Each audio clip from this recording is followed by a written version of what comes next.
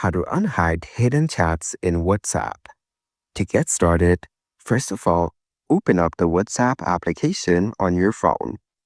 You will then be brought to the chats page. Here, you can view all your chats with friends on WhatsApp. On this page, go to the bottom right corner and tap on Settings. This is the WhatsApp settings page. Now, go over to Chats. Here, enable Keep Chats Archived. Archived chats will remain archived when you receive a new message. Now go back to the chat list and you will find the archived option above the chats. Tap on it to view all your archived chats on WhatsApp.